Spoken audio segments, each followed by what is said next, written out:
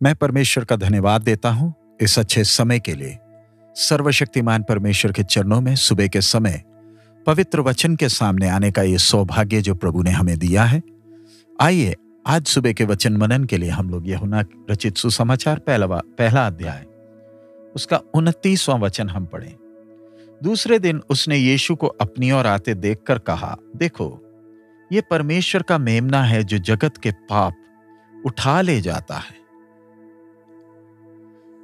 यहां पर उस व्यक्ति की साक्षी के बारे में हमने पढ़ा है जिसे स्वर्ग ने उद्धारकर्ता के आने के पहले मार्ग तैयार करने को भेजा था।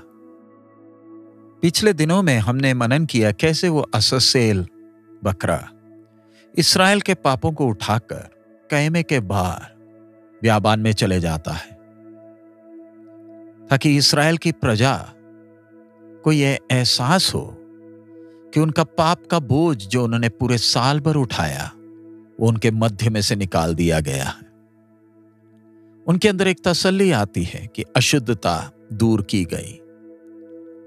यहां पर आज हमने देखा कैसे परमेश्वर का संदेशवाहक या दूत प्रभु यीशु को संसार को परिचित कर दे रहा। यूहन्ना लोगों के सामने एक ऐसा मसीहा को परिचित नहीं करा रहा जो आश्चर्य काम करेगा, लोगों को रोम के गुलामी से छुड़ाकर परमेश्वर की ओर फेरेगा। ऐसा परिचय नहीं दिया जा रहा, वरन यूहन्ना एक उद्धारकर्ता को प्रस्तुत कर रहा है जो जगत के पापों को उठा ले जाएगा। यहां पर परमेश्वर का मेमना सामने खड़ा है जो सारे जगत के पाप को अपने ऊपर उठाएगा। पुराने नियम में हम देखते हैं जब कभी कोई व्यक्ति परमेश्वर के सामने बलि लेकर आता था तो वो अपने जानवर को चुनता था जो उसके स्थान में मरेगा। यहां पर हम देखते हैं स्वर्ग ने वो मेमना चुना है, स्वर्ग ने चुना है जो सारे जगत के पापों के लिए मरेगा। केवल एक ही पवित्र बलिदान काफी है पूरे मानव जाति के प्रायश्चित के लिए, और जानवरों की जरूरत नहीं, क्योंकि इस मेमने को स्वर्ग ने स्वीकार किया है। इसलिए कहा गया परमेश्वर का मेमना। कोई और बलि को परमेश्वर का मेमना नहीं कहा जा सकता, क्योंकि केवल यही मेमना है जो पवित्र है और स्वर्ग के व्यवस्था के अनुसार, स्वर्ग के मापदंड के अनुसार खरा है, सिद्ध है। परमेश्वर ने एक कीमत अपने ईश्वरीय स्वभाव में नहीं दिया। अपनी धार्मिकता को पूरा करने के लिए सर्वशक्तिमान मनुष्य का रूप धारण किया, मनुष्य की तरह इस पापमय संसार में रहा, परीक्षाओं को सामना किया और सब में एक संपूर्ण मनुष्य के तौर पर जयवंत हुआ। परमेश्वर का मेमना या प्रभु यीशु मसीह जो उद्धार करता है, जो परमेश्वर स्वयं है, उन्होंने अपना कीमत संपूर्ण मनुष्यत्व में दिया है, ईश्वरत्व में नहीं। यह बलि जगत की उत्पत्ति के पहले ही वध हुआ हुआ मेमना है। परमेश्वर ने चुना, इसलिए पहले आदम से लेकर आखिरी आदम तक यही एक बलि काफी है। बाकी सारी बलियां जो पुराने नियम में चढ़ाई गई वो सब छाया है, मसीह यीशु के सिद्ध बलिदान के लिए छाया है। प्रभु यीशु का बलिदान बाकी सारे बलिदानों को समाप्त करता है। अब एक सवाल हमारे सामने, आपके लिए प्रभु यीशु मसीह आज कौन है? क्या आपने यह स्वीकारा है कि प्रभु यीशु मसीह आपके लिए बलिदान हुए? क्या आप स्वीकारते हैं कि आप पापी हैं? टूटे हुए दिल के साथ क्या इस बलिदान को स्वीकार करते आप प्रभु के चरणों में आए हैं? क्या आपने कभी भी इस बात को स्वीकारा है? या कैन की तरह क्या आप अपने आप को अपने खुद के कामों पर घमंड करते हैं, खुद के धार्मिकता पर भरोसा करते हैं? बहुत से लोग प्रभु यीशु को चंगा करने वाला, तसल्ली देने वाला, छुड़ाने वाला, समस्याओं का हल करने वाला कर कर ही देखते हैं। उन्हें अपने पाप की दशा की गंभीरता नहीं है, क्योंकि वो अपने ही धार्मिकता से तृप्त हैं और कभी भी एक उद्धारकर्ता की जरूरत उन्हें महसूस नहीं हुई।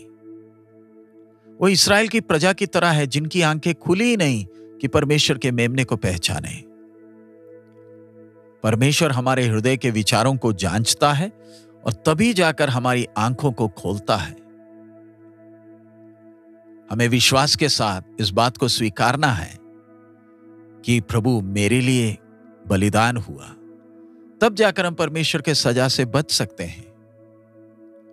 हर बार पुराने नियम में जब एक व्यक्ति बलि चढ़ाता था, वो अपने हाथ को उस बलि के जानवर के ऊपर रखता था, सिर पर रखता था और अपने पापों को अंगीकार करता था।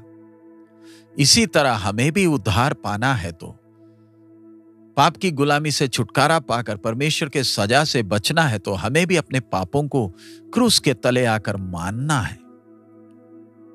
मैंने स्वीकारना है कि मैं पापी हूं। मैं विश्वास करता कि प्रभु यीशु मेरे पापों के लिए मरा है। क्या आपने प्रार्थना कभी की है? मुझे एहसास है कि मेरे पापों को प्रभु ने क्षमा किया है। क्या आप बोल सकते हैं? अब और कोई बलिदान की जरूरत नहीं, अब मुझे और कोई रिवाज करने की जरूरत नहीं पाप से माफी के लिए। परमेश्वर के मंदिर को जो इस्राएलियों के बीच में था, उस मंदिर में सुबह भी सबसे पहले बलि अर्पण होती थी और शाम के समय में भी बलि अर्पण होती थी। सच है, परमेश्वर का मेमना प्रभु यीशु मसीह जगत के उत्पत्ति के पहले वध हुआ और उसके बाद और किसी को बलि होने की जरूरत नहीं। प्रभु यीशु ही आदि और अंत है। पूरे मानव जाति के लिए एक ही आशा है। अब सबसे गंभीर विषय, क्या मेरे जीवन से पाप निकल गया?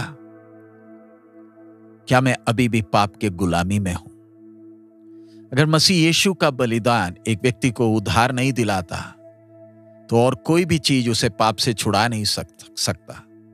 उद्धार केवल मसीह यीशु के नाम में ही है। आसमान के नीचे पृथ्वी के ऊपर उद्धार पाने के लिए और कोई दूसरा नाम नहीं। वही परमेश्वर का मेमना है जिसे स्वर्ग ने नियुक्त किया है। वही मार्ग, सत्य और जीवन है। मसीह यीशु के अलावा और कोई हमें परमेश्वर के सजा से बचा नहीं सकता। इसलिए परमेश्वर का मेमना जो क्रूस के पर लटका है, मानव जाति के लिए श्राप बना, मानव जाति का पाप अपने ऊपर उठाकर पाप बनकर लटका है। क्रूस पर लटकते हुए आखिरी क्षणों में कुछ बातें कह रहा है। परमेश्वर की मर्जी हुई, प्रभु के आने में देरी हुई तो आने वाले दिनों में हम उन आखिरी शब्दों को ध्यान देंगे। लेकिन आज हम प्रार्थना करें, अपने आप को जांच कर देखें, क्या मैं ये स्वीकारता हूं स्वर्ग ने जो मेरे लिए दान दिया है, या मैं अभी भी अपने अच्छे कर्मों पर घमंड करता हूं। हमारे अच्छे कर्म स्वर्ग के सामने मैले चिथड़ों के समान है। परमेश्वर का आत्मा हम एक एक को इस बात को समझने में मदद करें। प्रभु यीशु मसीह परमेश्वर का मेमना हमारा उद्धार करता है और हमारे जीवन का आधार है। प्रभु उसके लिए हम एक एक को मदद करें। आइए प्रार्थना करें। हमारे अनुग्रहकारी दयालु पिता, हम आपका धन्यवाद देते हैं इस अच्छे समय के लिए, आपके वचन के लिए। प्रभु इस अनुग्रह के दान के लिए प्रभु आपने हमारे लिए मेमना तैयार कर दिया, ताकि अब हमें और कोई बलि चढ़ाने की जरूरत नहीं, हमें और कोई रिवाज करने की जरूरत नहीं। बाप, आपने सब कुछ इंतजाम किया। प्रभु, अगर हम में से किसी ने अभी तक आपको अपना प्रभु और उद्धारकर्ता स्वीकार नहीं किया, तो प्रभु इन दिनों में आपकी आत्मा उनमें काम करे। देर होने के पहले इस दान को स्वीकार कर अनंत जीवन पाने का अनुभव दे। सब महिमा आप ही को देते हैं। यीशु मसीह के मधुर नाम से हम मांगते हैं, आमीन। प्रभु हम सबको बहुत आयत में आशीष दे। हमारा प्रभु अति शीघ्र आ रहा है। मारनाथा।